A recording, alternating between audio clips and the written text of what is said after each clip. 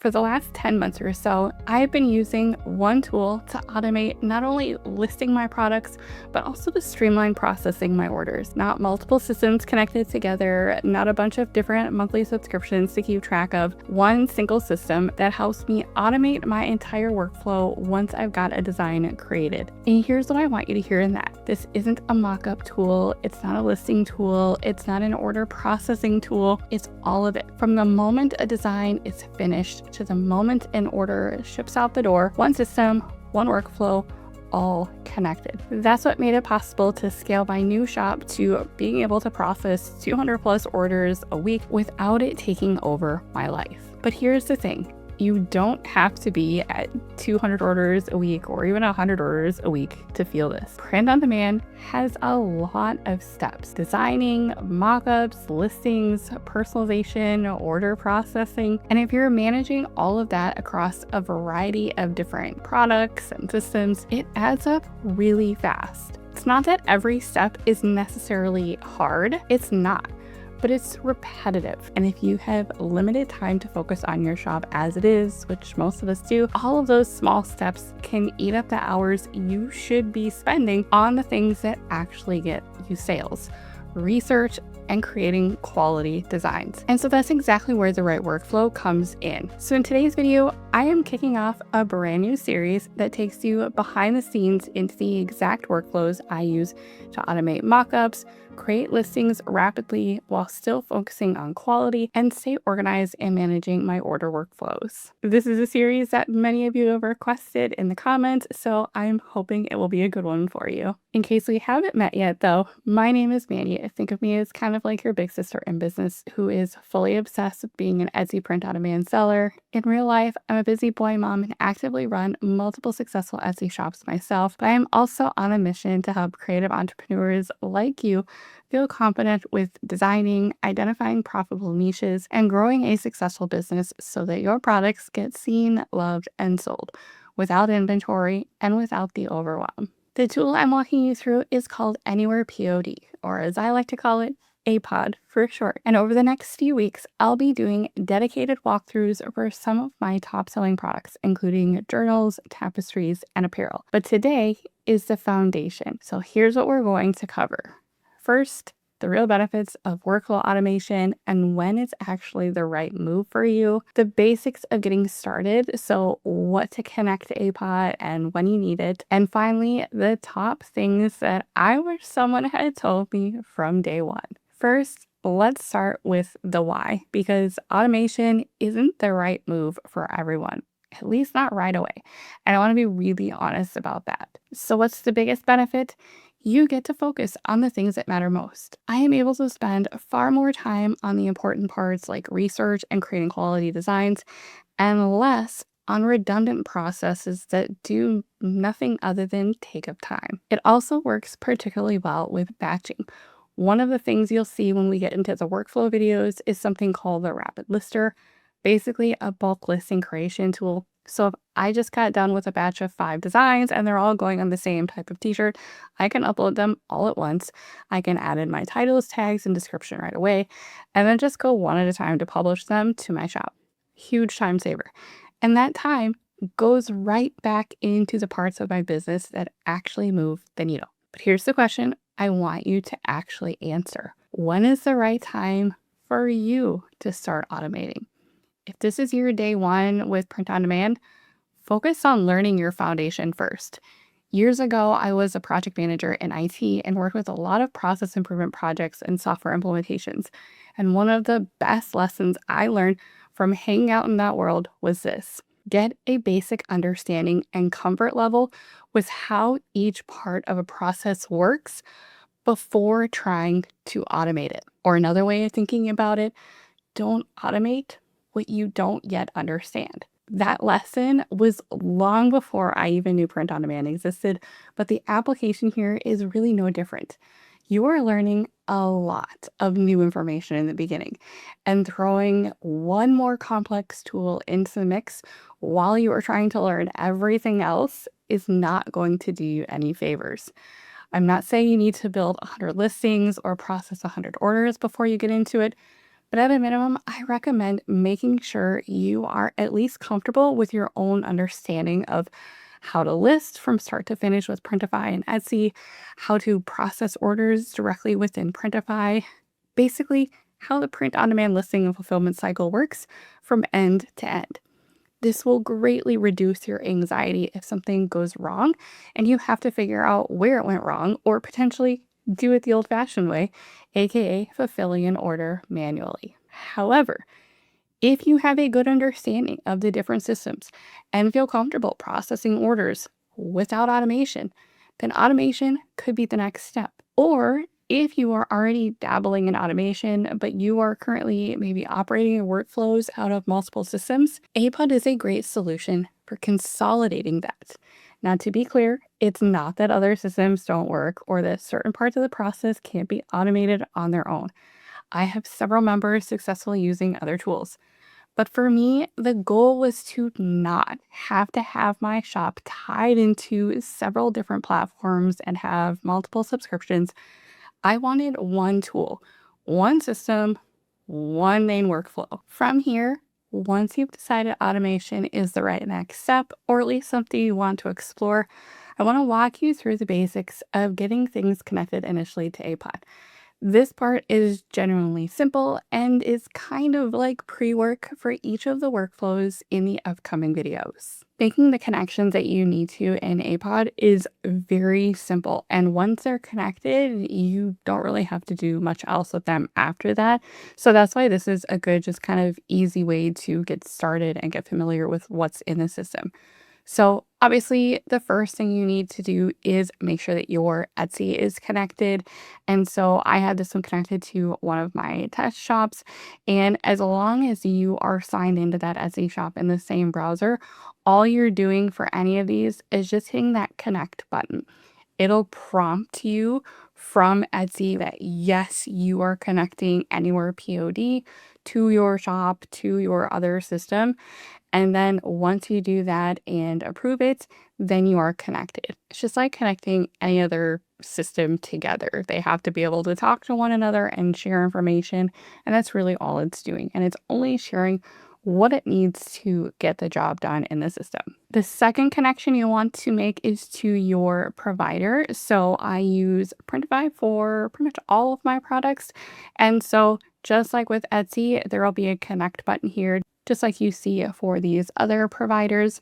And so all you're doing is clicking connect. You'll once again confirm that you are wanting to approve the connection to Anywhere POD to your Printify settings, and then you are good to go. If you choose to use any of the other providers, some of them have their own kind of onboarding instructions. So for example, you might have heard of Deco Plate. Their platters have been very popular.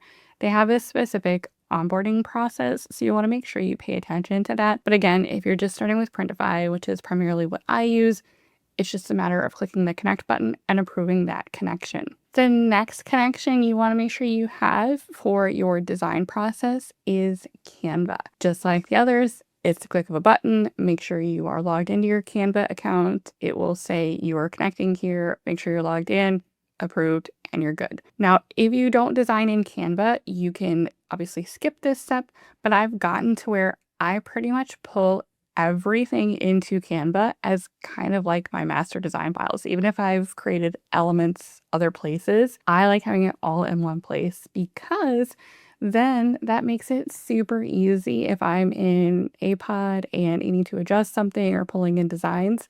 It's all right there. I'm not having to go find it somewhere else. It's just one of those extra little things that keeps everything together. And so that makes this connection a huge benefit and time saver. Next, if you want to leverage the AI tools that are integrated with APOD. So that'll be like assistance with generating titles or descriptions or using AI image generation to apply photo filters, for example. You'll also want to make a couple other connections. One is OpenAI, which probably sounds familiar because it's the engine behind ChatGPT.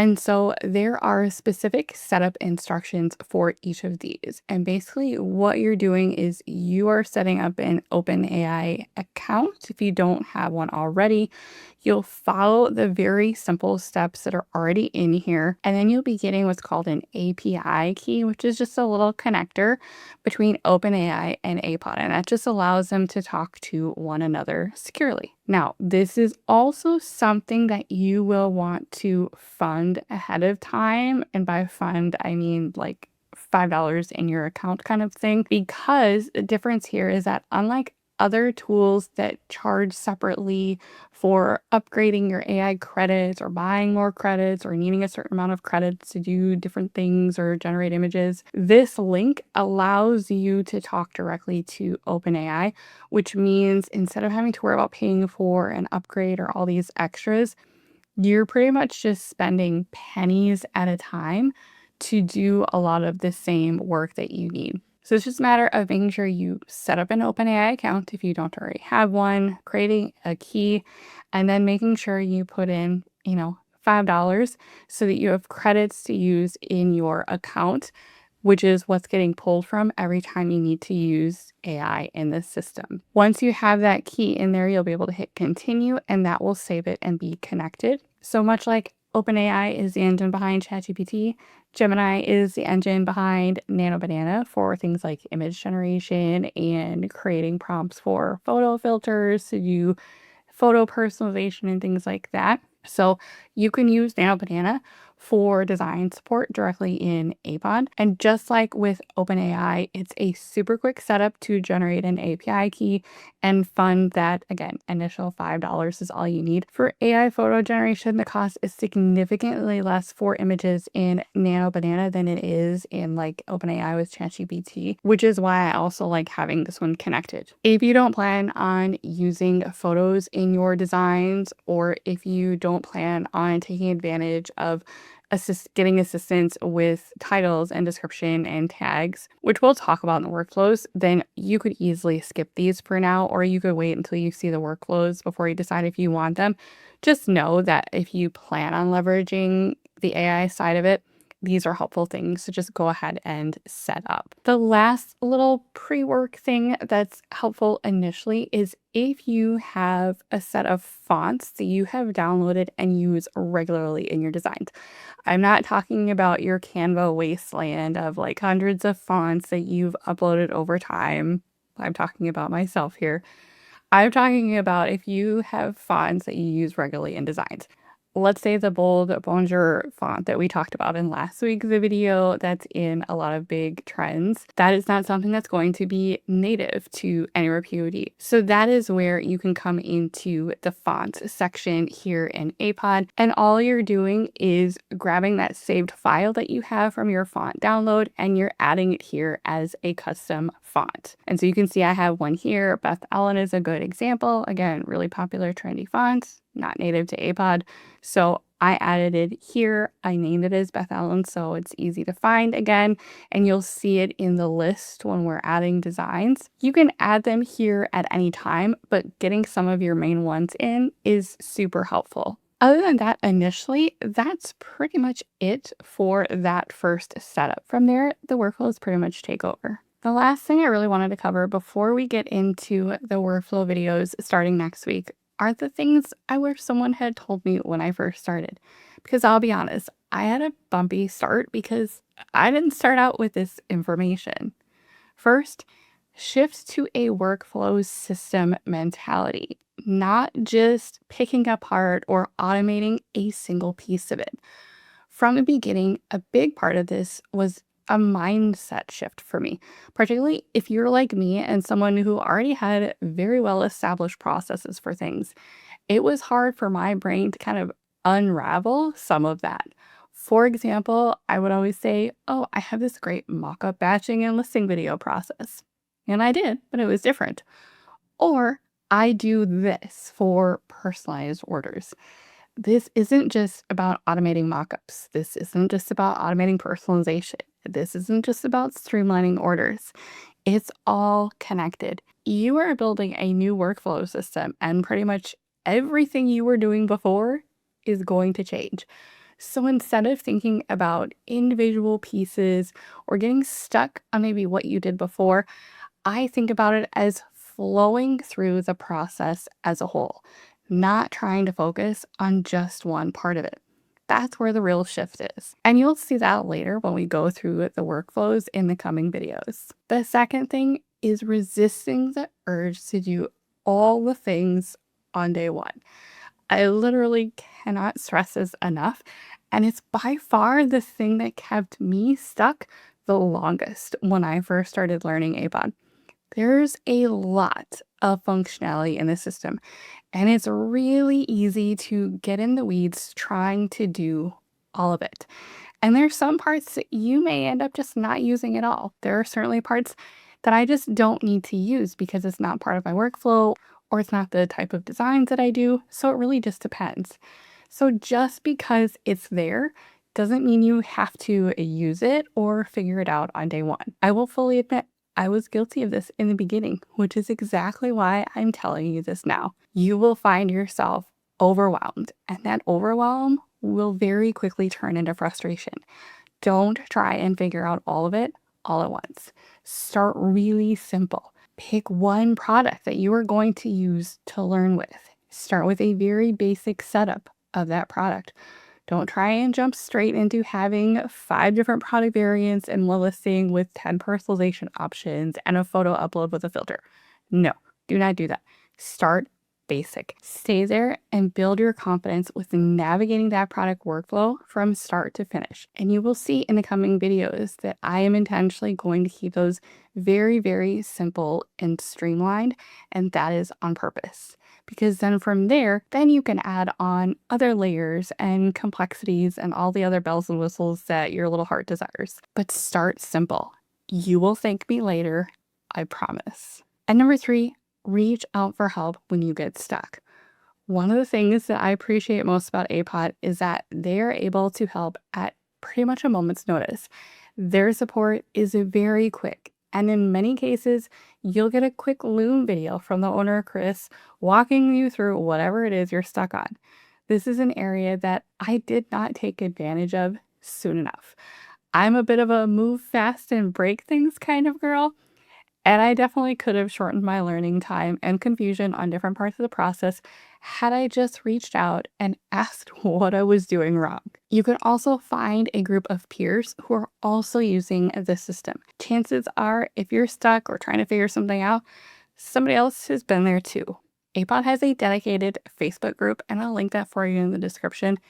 And we also have several people in my Simply Thrive group that have been using APOD as well. I love jumping in to answer questions, show walkthroughs of my own processes, and we also have Chris joining us about once a month to host an open Q&A where you can ask questions and get answers in real time. All right, so that's the foundation. The why behind the workflow, when it makes sense to start, what you need to connect, and the things to keep in mind as you get going so that you don't end up overwhelmed before you've even started. Here's what I want you to take from this video more than anything else though. Automation isn't just about being able to do more.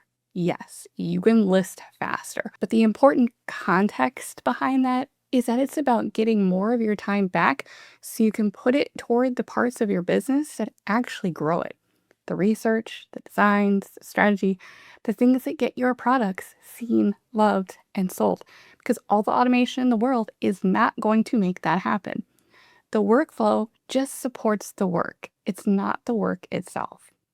Now, over the next few weeks, I'm going to be taking you step by step through my exact workflows for some of my top selling products. We'll start with a very simple product like journals, then cover some of my other favorites, including tapestries and apparel. These are all workflows that I'm using every single day. Each video will walk you through the real process I use, start to finish, so you can see exactly how it all comes together inside one system. So make sure you're subscribed and have notifications turned on so that you don't miss any of it. And if you want to check out APOD right now and follow along with the series, I have a link and a coupon code for you in the description that will let you try it completely free for 30 days. Thanks for being here, friends. Keep taking action, and I'll see you in the next one.